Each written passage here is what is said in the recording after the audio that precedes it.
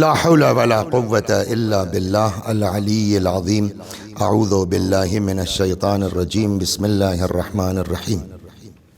الحمد لله رب العالمين بارئ الخلائق أجمعين باعث الأنبياء والمرسلين، والصلاة والسلام والتحية والإكرام على البشير النذير السراج المنير سيدنا ونبينا وشفيعنا إن شاء الله أبي القاسم المصطفى محمد. اللهم صل عليه وعلى أهل بيته مظاهر جلالك وجمالك، واللعن على أعدائهم الشاكين فيهم المنحرفين عنهم أجمعين. أما بعد، فقد قال الله تبارك وتعالى وقوله الحق: أعوذ بالله من الشيطان الرجيم. بسم الله الرحمن الرحيم. يا أيها الذين آمنوا كتب عليكم الصيام كما كتب على الذين من قبلكم لعلكم تتقون. یہ آیہ کریمہ جس کی تلاوت مستقل کی جا رہی ہے، ارشاد حضرت احدیت حضرت حق جل وعلا ہوتا ہے کہ اے صاحبان ایمان، تمہارے اوپر روزے لکھ دیے گئے ہیں، یعنی واجب کر دیے گئے ہیں، اسی طریقے سے جیسے تم سے پہلے والے لوگوں پر روزے واجب کیے گئے تھے، لعلکم تتقون، تاکہ تمہارے اندر تقوی پیدا ہو جائے۔ تو اس پورے روزے کے وجوب کا فلسفہ ہے کہ ہم اور آپ کیا ہو جائیں؟ متقی ہو جائیں۔ چنانچہ تقوی کسے کہتے ہیں، اس پر گفتگو ہو چکی۔ اس سلسلے میں یہ 2 دن مولا کائنات کی شہادت کی وجہ سے اس سلسلے کو روک دیا گیا تھا۔ ہماری گفتگو اسی مناسبت سے چلی ہے مولا کے اس خطبے کی شرح میں کہ جو مولا کائنات کے صحابی جناب حمام نے مولا سے درخواست کی تھی کہ صف لی المتقین حتیٰ کانی انظر الیہم، مولا متقیوں کے صفات بیان کیجئے اس طرح کہ جیسے ہم متقی کو مجسم دیکھ رہے ہوں۔ تو اللہ کا شکر ہے اب تک 5 صفتیں متقیوں کی بیان کی گئیں۔ آج ہے 6ٹھی صفت، عجیب صفت مولا فرماتے ہیں متقیوں کی، فرماتے ہیں نزلت انفسہم منہم فی البلاء۔ البتہ مختلف نسخوں میں یہ نزلت اور اس کے بعد ایک لفظ ہے کالذی، یہ مختلف نسخوں میں الگ الگ ہے، کہیں نزلت ہے اور کہیں نزلت ہے، کہیں جو ہے وہ کالذی ہے اور کہیں زال کی جگہ تے کلتی ہے۔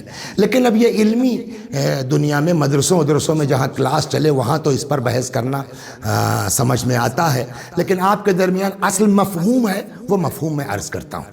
فرماتے ہیں نزلت یا نزلت انفسہم منہم فی البلاء کالذی یا کاللتی نزلت فی الرخاء۔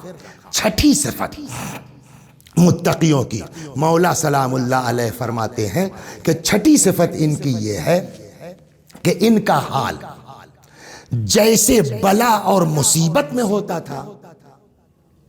ہوتا ہے وہی حال ان کا خوشی اور آرام میں ہوتا ہے، یعنی ان کے جو ہے وہ یہاں آرام میں ہے تب بھی الحمدللہ، سکون میں ہے تب بھی الحمدللہ، بلا اور مصیبت میں ہے تب بھی۔ نزلت انفسہم فی البلاء، ان کا نفس مصیبتوں میں بھی اسی طرح سے جو ہے وہ اطمینان اور سکون کے ساتھ ہے جیسے کالذی نزلت فی الرخاء، جیسے کہ مصیبت میں اور مشکلات کے مواقع کے اوپر ہوتا ہے۔ دیکھیے عام آدمی میں جہاں تک جو ہے وہ اللہ کے یاد کرنے کی بات ہے، ذکر الہی یا یاد الہی،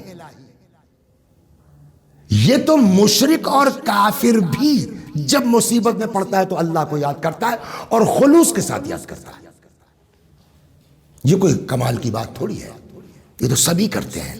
بلکہ قرآن مجید میں ارشاد ہوتا ہے، سورہ مبارکہ نحل میں ظاہراً ارشاد ہوتا ہے کہ فَإِذَا رَكِبُوا فِي الْفُلْكِ دَعَوُا اللَّهَ مُخْلِصِينَ لَهُ الدِّينَ، کہ جب یہ کشتی پہ سوار ہوتے ہیں، کشتی ان کی کہیں ادھر ادھر پھنستی ہے، بھنور میں آتی ہے، دَعَوُا اللَّهَ مُخْلِصِينَ لَهُ الدِّينَ، تو یہ اللہ کو بڑے اخلاص کے ساتھ بہت گڑ گڑا کے پکارتے ہیں۔ فَلَمَّا نَجَّاهُمْ إِلَى الْبَرِّ، لیکن جب ان کو جو ہے وہ ہم نجات دے دیتے ہیں، یہ خشکی پہ آ جاتے ہیں، اذا ہم یشرکون، تو یہ پھر ویسے ہی مشرک ہو جاتے ہیں۔ تو اس کا مطلب ہے کہ مصیبت پڑنے پر تو بڑے سے بڑا مجرم، بڑے سے بڑا خطا کار، بڑے سے بڑا گناہگار مصیبت کے وقت تو وہ بھی اللہ کو یاد کرتا ہے۔ کہا لیکن متقی یہ نہیں ہے، متقی ان میں کوئی فرق ہی نہیں آتا، چاہے وہ مصیبت میں ہو، چاہے وہ بلا میں ہو، چاہے آرام و آسائش میں ہو. نزلت انفسهم فی البلاء کما کالذی نزلت انفسهم فی الرخاء. کہ جیسے ایک جو ہے تو یہ ہو جاتا ہے. دوسری چیز جو ہے اس آیت سے کہ مومن جو ہے متقی کی چھٹی صفت یہ ہے کہ وہ تسلیم و رضا، یعنی اللہ جس حال میں رکھے اس حال میں خوش رہے. وہ ہے کسی فارسی شاعر کا شعر ہے کہ یکی درد و یکی درمان پسندد، یکی وصل و یکی ہجران پسندد، من از درمان و درد و وصل و ہجران پسندم آنچرا جانان پسندد. کہ کوئی یہ پسند کرتا ہے، کوئی یہ پسند کرتا ہے، کوئی یہ پسند کرتا ہے.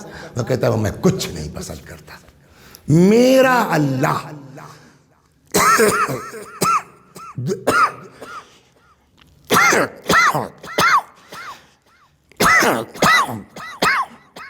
معاف فرمائیے گا، میرا اللہ میرے لیے جو پسند کرتا ہے میں اس کو پسند کرتا ہوں.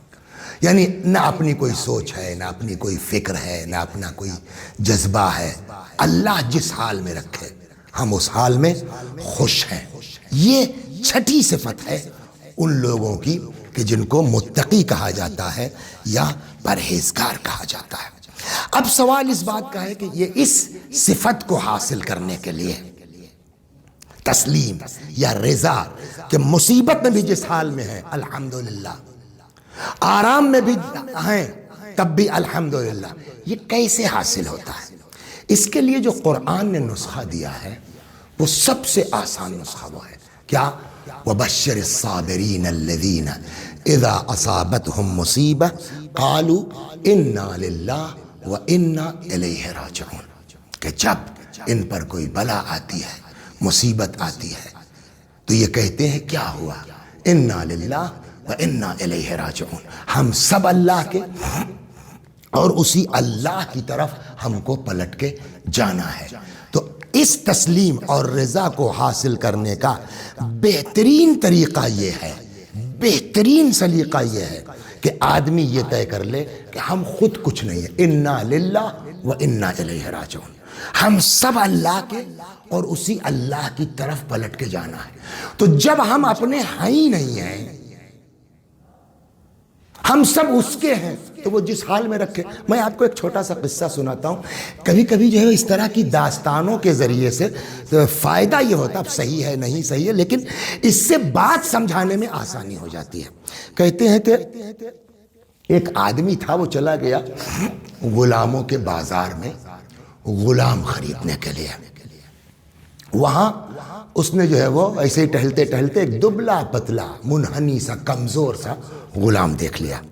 اس نے کہا بھائی یہ کتنے کا ہے؟ مثال کے طور کے اوپر اس طرح کا غلام 10 روپے میں مل جاتا ہے. بیچنے والے کا 100 روپے.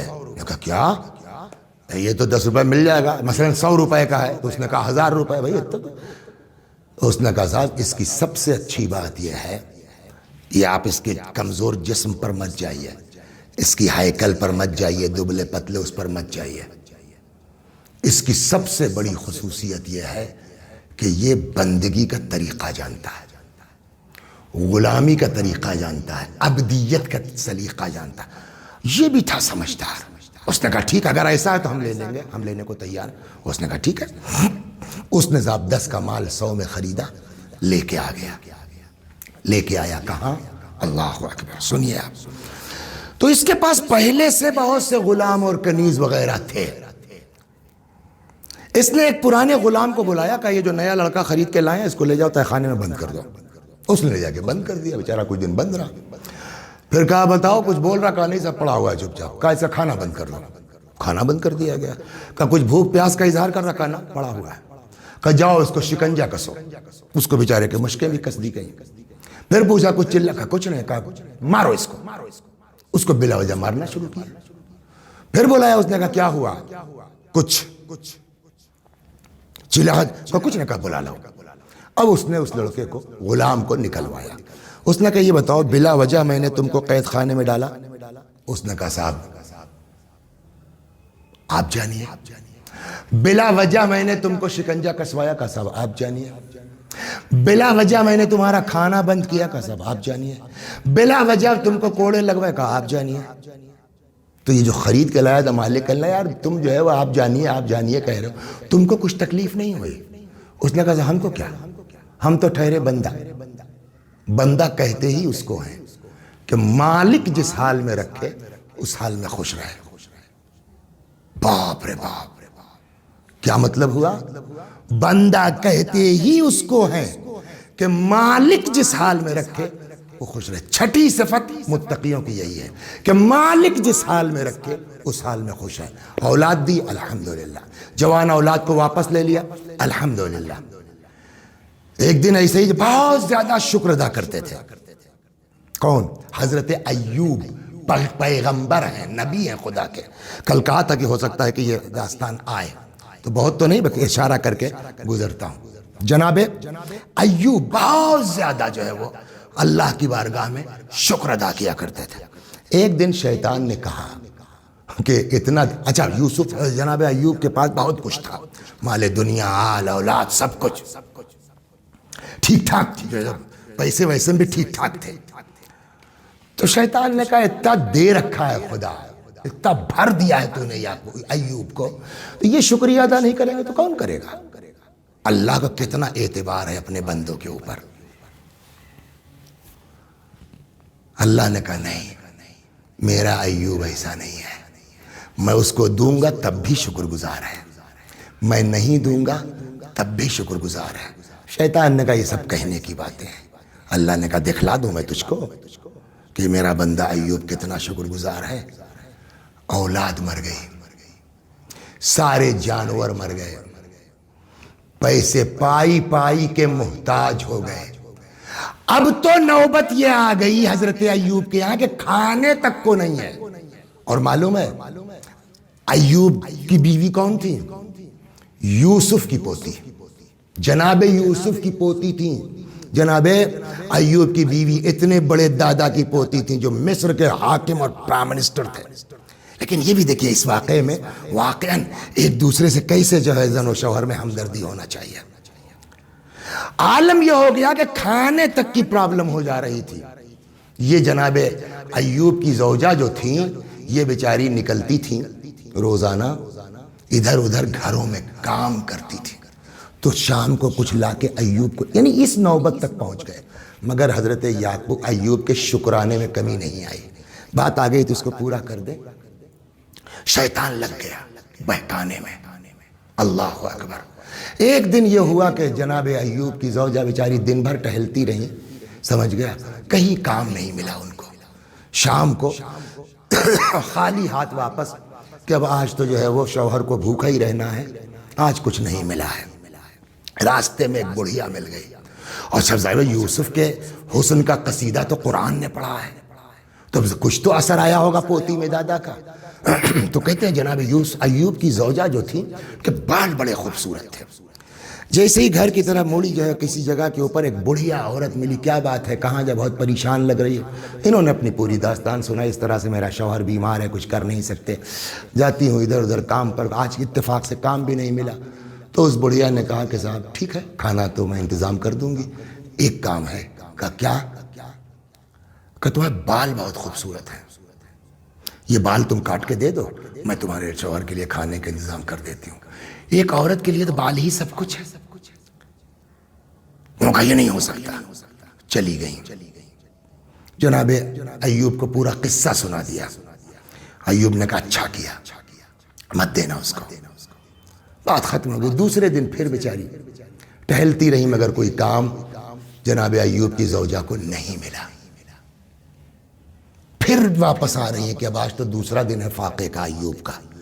کہاں اتنا سب کچھ تھا ایوب کے پاس، مال، زمین، جائیداد، اولاد، جانور، اور کہاں کھانے کو نہیں ہے۔ پھر وہی عورت مل گئی، بڑھیا مل گئی۔ دیکھیے آدمی اگر خلوص نیت سے کام لینا تو اللہ بھی اس کا ساتھ دیتا ہے، اللہ بھی سپورٹ کرتا ہے۔ پھر وہ مل گئی۔ اس نے کیا ہوا؟ کہا نہیں کچھ انتظام کا، تو بات تو وہی، ہم تمہارے لیے کھانے کا انتظام کر دیں گے، لیکن تم اپنے بال کاٹ کے ہم کو دے دو۔ شوہر کی محبت میں بیچاری کہ آج بھی کیسے بھوکے رہیں گے نبی خدا. جناب ایوب کی زوجہ نے اپنا بال کا ٹھیک ہے لو کاٹ لو، کھانا لے کے آئی. جناب ایوب نے کھانا دیکھا، کہا اچھا اس کا مطلب آج کوئی کام مل گیا تم کو. کہا نہیں کام نہیں ملا، جو ہے وہ آخر مجبور ہو کے، دوسرا دن تھا کیسے فاقہ کرتے میں نے بال کاٹ کے دے دیا. اب تک برداشت کرنے والے جناب ایوب اف نہیں کیا تھا، لیکن خدا کی شان میں تب بھی شکر للہ تو ہے، لیکن یہاں غیرت. اور یہ بات کہہ دے کہ ہر انسان کو اپنی زوجہ کے تئیں غیرت دار ہونا چاہیے. تم سے منع کیا تھا میں نے، تم نے ایسا کیوں کیا؟ رکو ٹھیک ہو جاؤں 100 کوڑا ماروں گا تم کو، 100 ڈنڈے ماروں گا میں تم کو. بات ختم ہو گئی. لیکن اتنے کے باوجود جناب یوسف کے شکر میں کمی نہیں آئی، اور جب یہ امتحان پورا ہو گیا تو اللہ نے پھر ان کی بیماری بھی ٹھیک کی. پھر اللہ نے بیماری سے ٹھیک ہونے کے بعد پھر سے اولاد بھی عطا کی، بیٹا بھی عطا کیا، اور پھر وہی دنیا کہ جو ہے وہ ٹھاٹ باٹ شروع ہو گئے.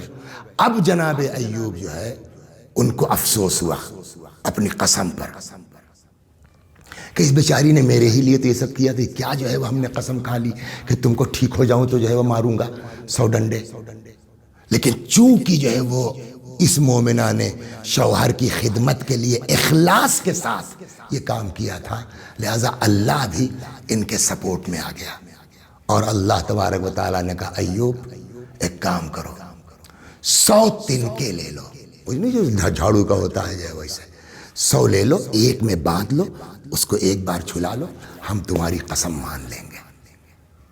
کہنے کا مطلب یہ ہے کہ چھٹی صفت متقی کی مولا یہ فرماتے ہیں کہ یہ اگر پیسہ مل گیا، عہدہ مل گیا، مال مل گیا، دولت مل گئی، منسٹر ہو گیا، غرور نہیں کرتا، گھمنڈ نہیں کرتا، ویسے ہی خاکسار ہے. غربت ہے، پریشانی ہے، آمدنی نہیں ہے، تب بھی اپنی عزت نہیں بیچتا، کسی کے آگے ہاتھ نہیں پھیلاتا. چھٹی صفت مولائے کائنات فرماتے ہیں کہ نزلت یا نزلت انفسہم فی البلاء کالذی نزلت فی الرخاء. مومن کی چھٹی صفت یہ ہے کہ جو حال اس کا پریشانی میں ہے وہی حال اس کا آرام میں ہے. کچھ لوگ کچھ پسند کرتے ہیں، کچھ لوگ کچھ پسند کرتے ہیں، کچھ لوگ کچھ پسند کرتے ہیں. شاعر کہتا پالنے والے میں وہ پسند کرتا ہوں جو تو پسند کرتا ہے. خدا جو تو جس حال میں رکھے ہم اسی حال میں خوش ہیں. اگرچہ یہ شب 22 رمضان ہے، لیکن بہرحال آج کی جو تاریخ گزری ہے 21ویں ماہ مبارک رمضان کی، تو میں اس سلسلے کو پھر یہیں روکتا ہوں. اور کل کچھ مولائے کائنات امیر المؤمنین علی علیہ السلام کی وصیت کا تذکرہ کیا تھا میں نے، اور پھر وقت ختم ہو گیا تھا، تو میں نے عرض کیا تھا کہ انشاءاللہ خدا نے چاہا تو آج کے لیے کہ ایک آدھ وصیت اور مولائے کائنات کی آپ کی خدمت میں نقل کروں گا، اور اگر وقت رہا تو عشق علی پر ایک داستان ابھی ذہن میں آئی ہے، وہ آپ کی خدمت میں نقل کرتا ہوں. پہلے اب آئیے، کل جہاں سے بات چھوڑی تھی مولائے کائنات کی وصیت، تو کچھ وصیتیں مولائے کائنات نے زبانی کی ہیں. اس لیے کہ روایت میں ہے نا کہ جب جب آنکھ کھل جاتی تھی، افاقہ ہوتا تھا، تب تب امام جو ہے وہ بیان کرنے لگتے تھے.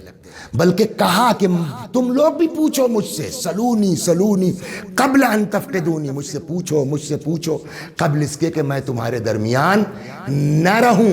لیکن اپنے امام کی اس مجبوری کو دیکھتے ہوئے، اس بیماری کو دیکھتے ہوئے، خففوا سؤالکم، ذرا سوالات اپنے ہلکے ہلکے کرنا، چھوٹے چھوٹے سوالات کرنا.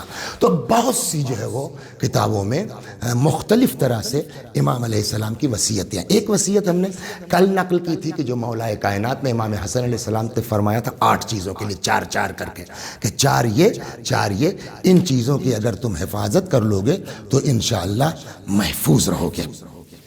آج ایک روایت اور عرض کرتا ہوں. اصول کافی میں عبد الرحمن ابن حجاج سے نقل ہوا ہے کہ بعث الی ابو الحسن موسیٰ علیہ السلام، یہ کہتے ہیں کہ امام کاظم علیہ السلام نے میرے پاس بھیجا کیا؟ بوصیت امیر المؤمنین. امام کاظم علیہ السلام نے میرے پاس مولائے کائنات کی وصیت جو تحریر میں تھی وہ میرے پاس بھیجا. اس میں کیا لکھا تھا وہ سن لیجئے، پھر اگر وقت رہا تو ایک آدھ چیزیں عرض کروں گا، ورنہ یہی ہو سکتا ہے کہ آخری ہو جائے۔ وہی ہے، اب یہ کہتے ہیں کہ وہ جو امام کاظم علیہ السلام نے مولا کائنات کا وصیت نامہ مجھ کو بھیجا، وہ اس طرح تھا: بسم اللہ الرحمن الرحیم، یہاں سے شروعات، ھذا ما اوصى به علی بن ابی طالب، یہ وصیت ہے علی بن ابی طالب سلام اللہ علیہ کی۔ اوصا، وصیت کرتا ہوں، انہ یشہد ان لا الہ الا اللہ وحدہ لا شریک لہ، کہ میں گواہی دیتا ہوں کہ کوئی خدا نہیں سوائے اللہ کے، وحدہ لا شریک لہ، وہ اکیلا ہے اور اس کا کوئی شریک نہیں ہے، وَأَنَّ مُحَمَّدًا عَبْدُهُ وَرَسُولُهُ، اور میں گواہی دیتا ہوں کہ حضرت محمد صلی اللہ علیہ وآلہ وسلم اس کے بندے ہیں اور رسول ہیں۔ ارسلہ بالہدی ودین الحق، اللہ نے ان کو بھیجا ہدایت کے ساتھ اور دین حق کے ساتھ، لیظہرہ علی الدین کلہ ولو کرہ المشرکون، جو تمام ادیان پر غالب آ جائے چاہے مشرکون کو برا ہی کیوں نہ لگے، صلی اللہ علیہ وآلہ۔ اس کے بعد فرماتے ہیں ثم ان صلاتی و نسکی و محیائی، ہماری جو ہے وہ نماز، ہمارے اعمال، ہماری زندگی اور ہماری موت للہ رب العالمین، سب خدا کے لیے ہے۔ وہی والی بات، نزلت انفسہم، جو چھٹی صفت ہے، بالبلا کما نزلت انفسہم بالرخاء، جیسے بلا میں ویسے ہی آرام میں۔ ہماری نماز، ہمارے اعمال، ہماری زندگی، ہماری موت للہ رب العالمین لا شریک لہ، وبذالک امرت وانا من المسلمین، اور یہی حکم ہم کو دیا گیا ہے اور ہم مسلمانوں میں ہیں۔ یہ تو مقدمہ ہوا۔ اس کے بعد اب یہاں سے سنیے مولا کی وصیت، فرماتے ہیں ثم انی اوصیک یا حسن، میں وصیت کرتا ہوں تم کو بیٹا اے حسن، وَجَمِيعُ أَهْلِ بَيْتِ، اور صرف حسن نہیں، اپنے پورے گھر والوں کو وصیت کرتا ہوں، اور بات گھر والوں کے لیے نہیں، آپ لوگ جو اس وقت سامنے بیٹھ کے ٹیلی ویژن پر دیکھ رہے ہیں، مولا نے آپ کو بھی وصیت کی ہے۔ کیوں؟ اگلا فقرہ ہے وَمَنْ بَلَغَهُ کتابی، اور جس تک میری یہ تحریر پہنچے میں اس کو وصیت کر رہا ہوں۔ مولا آپ گواہ رہیے گا کہ آج میں آپ کی یہ وصیت ان بھاؤ نگر کے مومنین تک پہنچا رہا ہوں۔ وَمَنْ بَلَغَهُ کتابی، میں وصیت کرتا ہوں اے حسن تم کو اور اپنے تمام گھر والوں کو، وَوَلْدِي، اپنی تمام اولاد کو، وَمَنْ بَلَغَهُ کتابی، اور جس تک میں یہ میری یہ تحریر پہنچے میں سب کو وصیت کرتا ہوں۔ کہا ہے کہ نمبر 1 بِتَقْوَ اللَّهِ رَبَّكُمْ، اپنے رب پروردگار سے ڈرو، تقوی اختیار کرو، وَلَا تَمُوتُنَّ إِلَّا وَأَنْتُمْ مُسْلِمُونَ، اور خبردار اسلام پر موت آئے تم کو، وَاعْتَصِمُوا بِحَبْلِ اللَّهِ جَمِيعًا وَلَا تَفَرَّقُوا، یہ وصیت ہے مولا کائنات کی، فرماتے ہیں اور وصیت کرتا ہوں میں سب کو کہ اللہ کی رسی کو مضبوطی سے پکڑ لو، وَلَا تَفَرَّقُوا، اور آپس میں تفرقہ مت ڈالو۔ اب اگر ہم نے تفرقہ ڈالا، گروپ بازی کی، پارٹی بازی کی، تو مولا کی اور ہم سے وصیت کی نا مولا وَمَنْ بَلَغَهُ کتابی، جس تک میری یہ تحریر پہنچے، تو اس کا مطلب ہم سے بھی وصیت کی ہے نا، آپ سے وصیت کی ہے، اور مولا کی وصیت یہ ہے کہ وَلَا تَفَرَّقُوا، اختلاف مت کرو، جھگڑا مت کرو۔ اگر ہم کرتے ہیں تو علی کی وصیت کے خلاف کر رہے ہیں، نہیں کر رہے ہیں، اور اگر مولا کی وصیت کے خلاف ہم جا رہے ہیں تو کون سے عاشق ہیں ہم؟ وَلَا تَفَرَّقُوا فَإِنِّي سَمِعْتُ رَسُولَ اللَّهِ، پھر فرماتے ہیں کہ میں وصیت کرتا ہوں تم کو اللہ کی رسی کو مضبوطی سے پکڑ لو اور تفرقہ نہ ڈالو۔ کیوں؟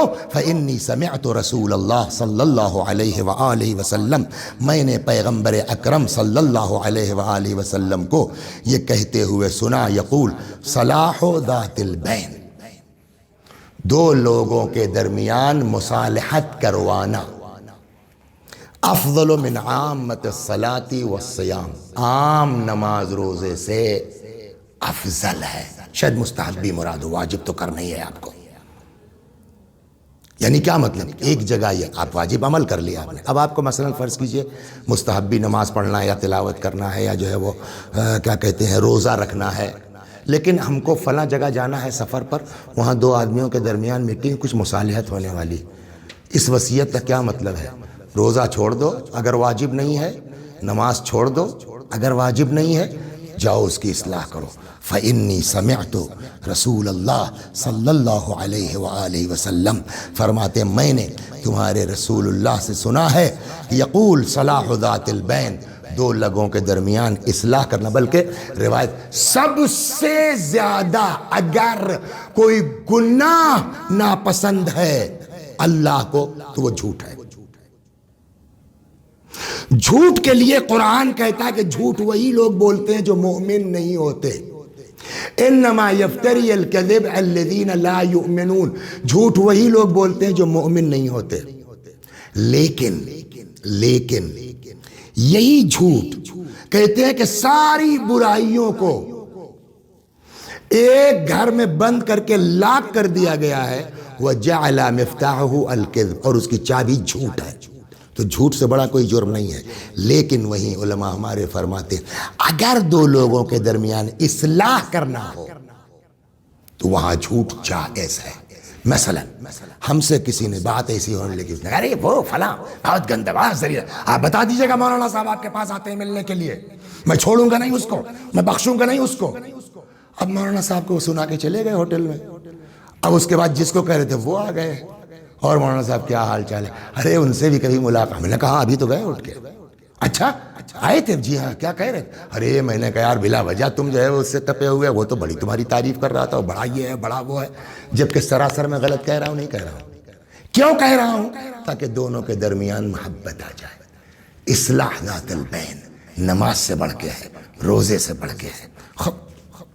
صلاح ذات البین افضل من عامة الصلاة والصيام وأن المبيرة الحالقة للدين فساد ذات البین، اور اگر کوئی چیز انسان کو برباد کرنے والی ہے، دین کو ختم کرنے والی ہے، تو فساد ذات البین، ایسا جھوٹ جو لوگوں کے درمیان فتنہ برپا کر دے۔ قرآن کہتا ہے والفتنة اشد من القتل، یا والفتنة اکبر من القتل، فتنہ قتل سے بڑھ کے ہے، قتل سے شدید ہے، قتل سے اکبر ہے۔ وہ سچ غلط ہے، اسی لیے فارسی میں ایک مثل ہے، دروغ مصلحت آمیز بے زراعتی فتنہ انگیز، وہ جھوٹ جو مصلحت کے ساتھ ہو اس سچ سے بہتر ہے جس کی وجہ سے فتنہ پھیل جائے۔ فتنے سے بچو۔ اللہ اکبر ولا قوت الا باللہ العلی العظیم۔ تمہارا کام ہے لوگوں کے درمیان صلح کو مصالحت کی کوشش کراتے رہو، بقیہ توفیق دینے والا وہ ہے۔ لا قوت الا باللہ العلی العظیم۔ انظروا ذوی ارحامکم، اور پھر دوسری وصیت، انظروا ذوی ارحامکم، اپنے رشتہ داروں پر نگاہ رکھو، بھائی بہن عزیز رشتہ دار، فصلوہم، ان سے صلہ رحم کرتے رہو۔ فائدہ مولا فرماتے ہیں یحون اللہ علیکم الحساب، کل کو قیامت میں اللہ تمہارے حساب و کتاب کو آسان کر دے گا۔ اس کے بعد فرماتے ہیں اللہ اللہ فی الایتام، خبردار خبردار یتیم سے جو ہے وہ غافل نہ ہونا۔ فلا تغبوا افواہہم، خبردار تمہارے ہوتے یتیم کا دہن خالی نہ ہو۔ ولا یضیعوا بحضرتکم، تمہارے ہوتے کوئی یتیم ضائع نہ ہونے پائے۔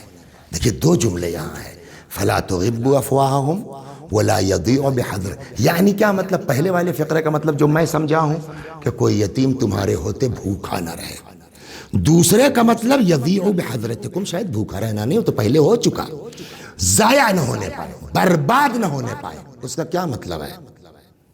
ہمارا بیٹا ہے وہ بھی اسکول جا رہا ہے، وہیں خاندان کا ایک یتیم بچہ ہے وہ بھی اسکول جا رہا ہے، اور اتفاق سے ہمارے بیٹے سے زیادہ تیز ہے۔ جو ہم اپنے بیٹے پہ خرچ کر رہے ہیں اگر اس پر خرچ کریں تو کل کو وہ MBBS کر سکتا ہے، MD کر سکتا ہے، ڈاکٹر ہو سکتا ہے، IAS ہو سکتا ہے۔ تو امام کے شاید کہنے کا مطلب یہ ہے کہ اس پر نظر رکھو، ایسا نہ ہو کہ وہ تمہاری بے توجہی کی وجہ سے نہ پڑھ سکے اور رکشہ چلانے لگے۔ ولا یضیع بحضرتکم، خبردار تمہارے ہوتے کوئی یتیم ضائع نہ ہونے پائے۔ فقط سمعت رسول اللہ صلی اللہ علیہ وآلہ، مولا فرماتے میں نے رسول اللہ صلی اللہ علیہ وآلہ وسلم کو فرماتے سنا کہ من عال یتیما حتی یستغنی، اگر کوئی کسی یتیم کی پرورش کر دے یہاں تک کہ وہ بے نیاز ہو جائے، اوجب اللہ عز وجل لہ بذلک الجنہ، اللہ ایسے شخص کے لیے جنت کو واجب قرار دے دیتا ہے۔ کما اوجب لآکل مال الیتیم النار، جیسے یتیم کا مال ہڑپنے والے پر اللہ جہنم کو واجب کر دیتا ہے۔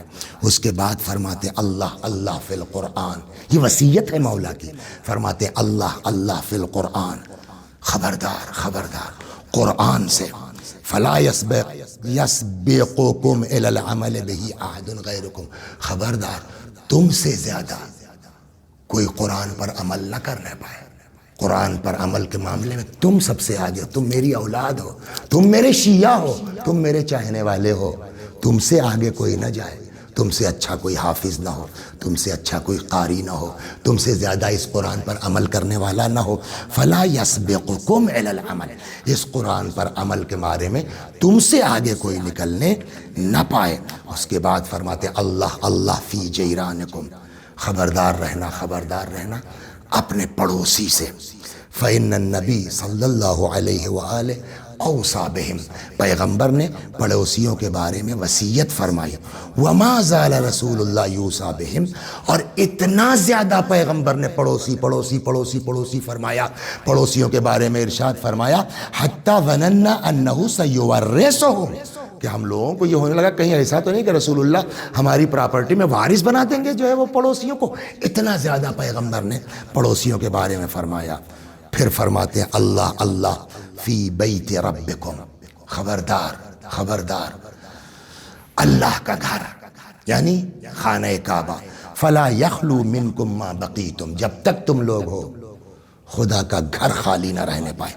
امام کی مولائے کائنات امیر المؤمنین کی وصیت ہے اپنی اولاد سے، اپنے گھر والوں سے، اور جن تک فرمایا یہ میرا لیٹر پہنچے، ہم سب سے مولا کی وصیت، خبردار کعبہ خالی، فلا یخلو منکم ما بقیتم، جب تک تم لوگ ہو خانہ خدا خالی نہ ہونے پائے۔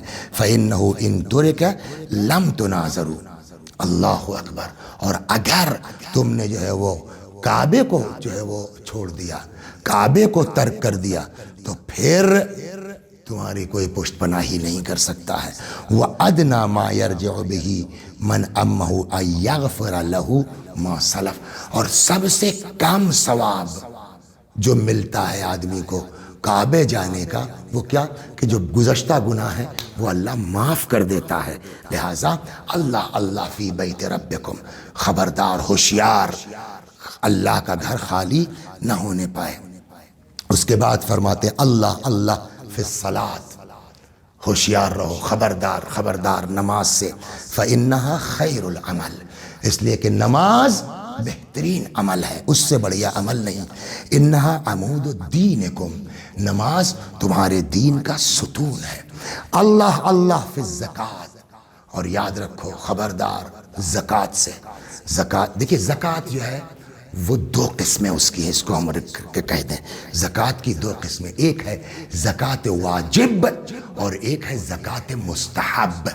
زکوٰۃ واجب توضیح المسائل میں موجود ہے، 9 چیزوں کے اوپر زکوٰۃ واجب ہے، گیہوں ہے، جو ہے، چنا ہے، کشمش ہے، سونا ہے، چاندی ہے، گائے ہے۔ لیکن اس کے علاوہ ایسا نہیں کہ آپ کے اوپر اگر یہ چیزیں نہیں ہیں تو آپ پر زکوٰۃ نہیں ہے۔ مستحب ہے کہ آپ یوں بھی نکالتے، یہ صدقہ خیرات جو آپ دیتے ہیں اس کا بھی شمار زکوٰۃ ہی میں ہوتا ہے، زکوٰۃ مستحب۔ تو اگر واجب نہیں ہے تو یہ تھوڑی منع کیا گیا کہ مستحب بھی زکوٰۃ نہ نکالو، غربا پر مدد کرو۔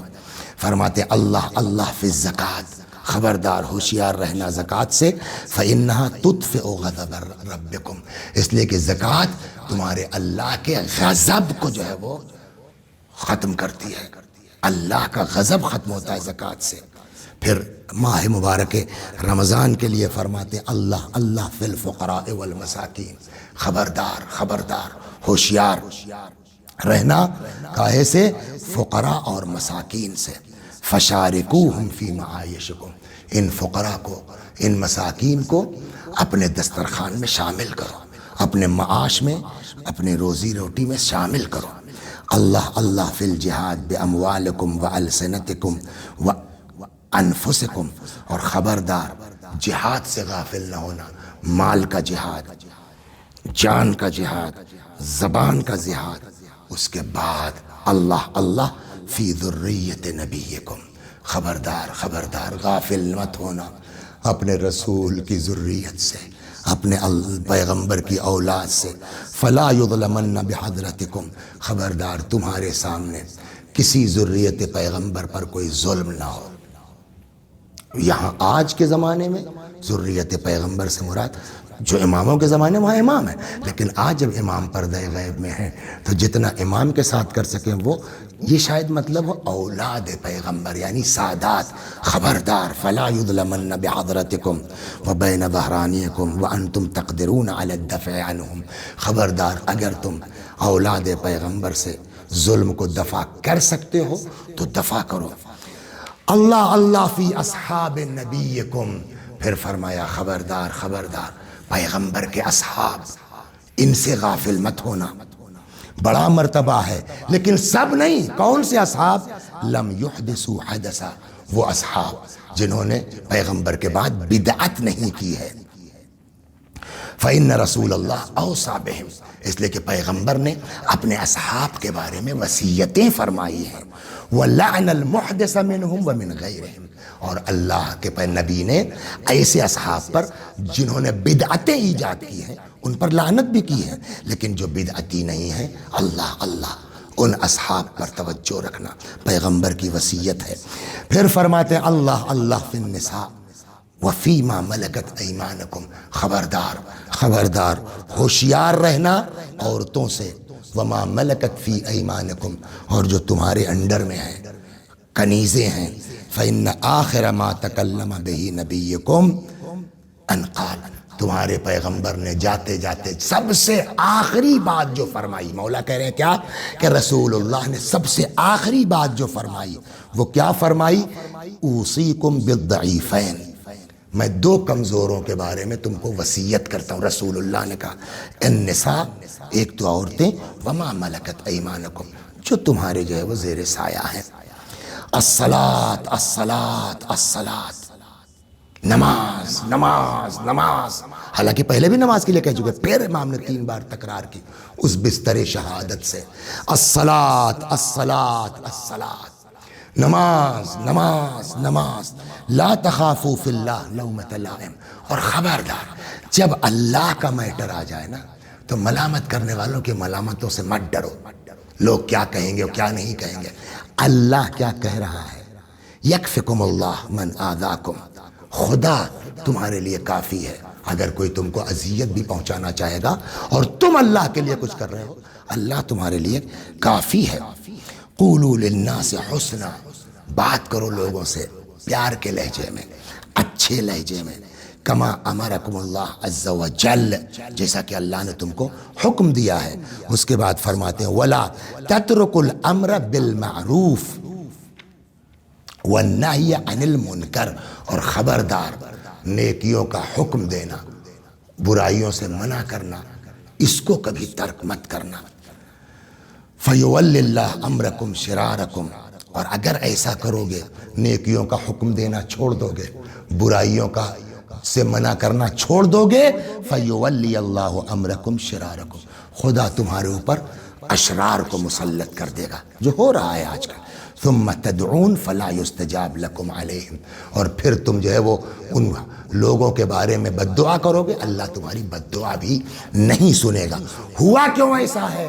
اس لیے کہ ہم نے امر بالمعروف چھوڑ دیا، نہی عن المنکر چھوڑ دیا، نتیجے میں غلط لوگ قابض آ گئے، اور اب چونکہ ہماری ہی وجہ سے ہوا ہے تو فرماتے فلا یستجاب لکم علیہم، اب تم ان کے لیے بد دعا کرو گے، اللہ بد دعا بھی تمہاری نہیں سنے گا۔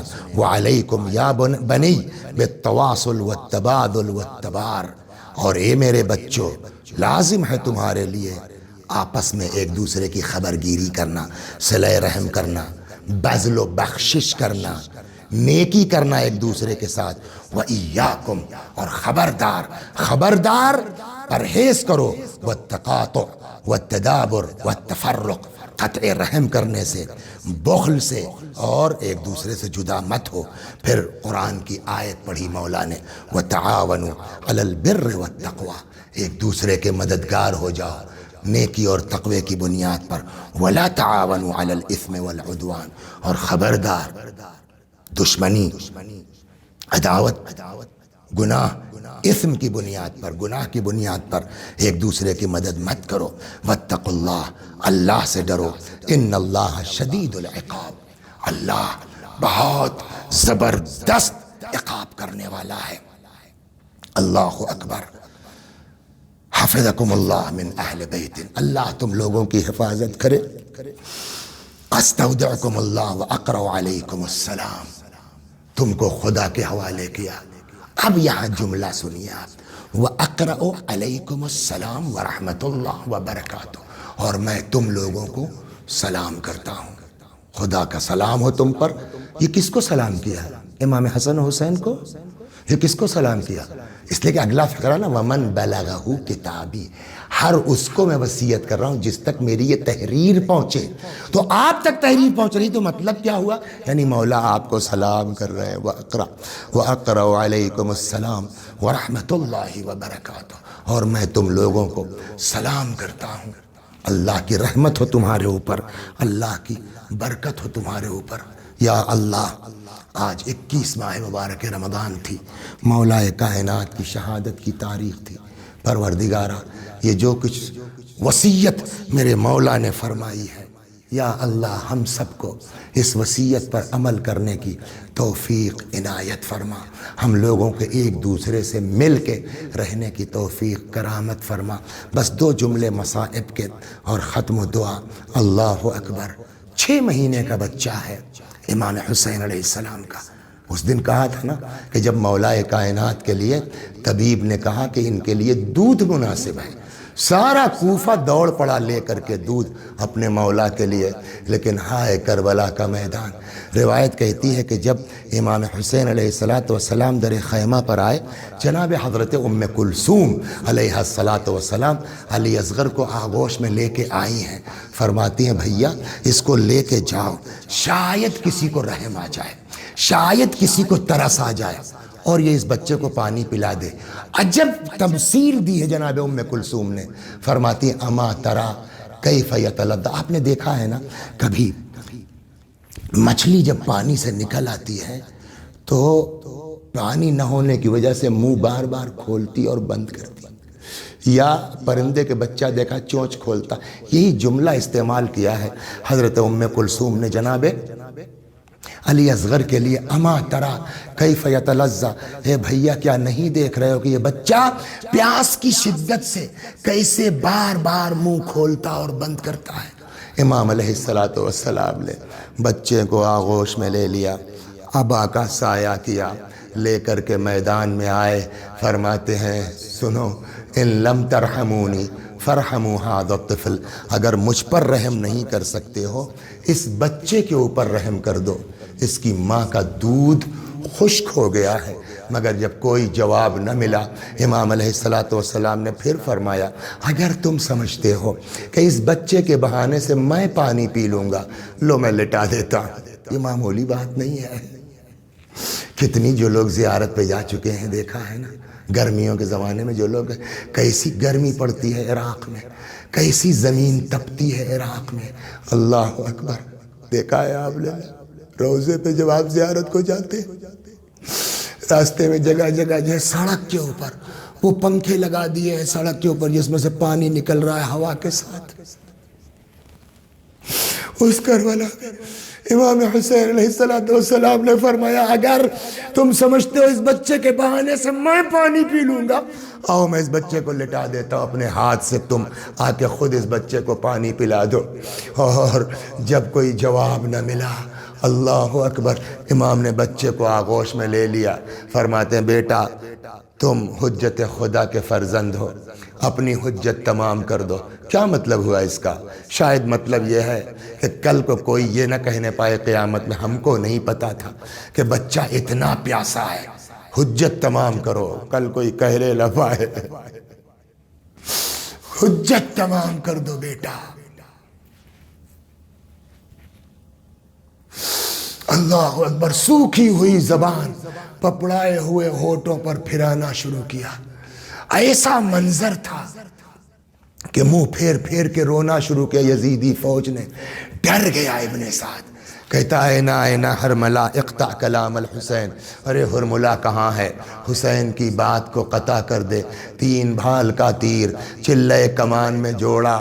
آپ سوچئے، پڑھنا اور ہے سننا اور ہے، 3 بھال کا تیر، اس کی چوڑان کیا ہوگی؟ 6 مہینے کے بچے کا گلا، اس کی چوڑان کیا ہوگی؟ اب جو بچے کے گلے میں آ کے لگا تو روایت کہتی فَذُبِحَ مِنَ الْوَرِيدِ إِلَى الْوَرِيدِ، بچہ اس کان سے اس کان تک ذبح ہو گیا۔ امام نے چلو لگا دیا، اللہ اکبر، تھوڑا سا جو خون نکلا چہرے پر مل لیا، لے کر کے اب لاش کو خیمے کی، اکبر کی لاش لے آئے، کوئی تکلف نہیں، قاسم کو لے آئے، کوئی تکلف نہیں، مگر 6 مہینے کے بچے میں پتہ نہیں کیا تھا، لے کے چلتے تھے خیمے کی طرف، ہمت جواب دے جاتی تھی، پلٹ آتے تھے، پھر بڑھتے تھے اور کہتے جاتے تھے انا للہ وانا الیہ راجعون، رضا بقضائہ وتسلیما لامرہ، انا للہ وانا الیہ راجعون، رضا بقضائہ وتسلیما لامرہ۔ ایک مرتبہ مولا نے جی کڑا کر کے در خیمہ پہ آ کے آواز دی، رباب اپنے بچے کو لے جاؤ۔ رباب سے پہلے بچی آ گئی، بابا بھیا کو پانی پلا لائے۔ امام نے جو ابا کا دامن ہٹایا، اتنے میں رباب آ گئی، ایک جملہ زبان سے نکلا، امثلک ینحر، ارے بیٹا کیا تجھ جیسے بچوں کو بھی مار دیا جاتا ہے؟ وَسَيَعْلَمُ الَّذِينَ ظَلَمُوا أَيَّ مُنْقَلَبٍ يَنْقَلِبُونَ اِنَّا لِلَّهِ وَإِنَّا إِلَيْهِ راجعون۔ خدا ہماری اس عزا کو قبول فرما، مزید عزائے اہل بیت کی توفیق کرامت فرما، جب تک زندہ ہیں در اہل بیت سے وابستہ رکھ، مرنے کے بعد جوار معصومین میں جگہ کرامت فرما۔ یا اللہ ہماری اولاد کو، ہماری ازواج کو، ہماری آنکھوں کی ٹھنڈک قرار دے، انہیں ہماری نجات کا ذریعہ قرار دے۔ ہمارے مولا، ہمارے آقا، ہمارے مالک، ہمارے صاحب، ہمارے سید و سردار امام زمانہ کو ہم سے راضی اور خوشنود فرما، حضرت کے ظہور میں تعجیل فرما، ہمیں آقا کے غلاموں میں شمار فرما۔ وآخر دعوانا ان الحمد للہ رب العالمین۔ وسيعلم الذين ظلموا أي منقلب ينقلبون، إنا لله وإنا إليه راجعون۔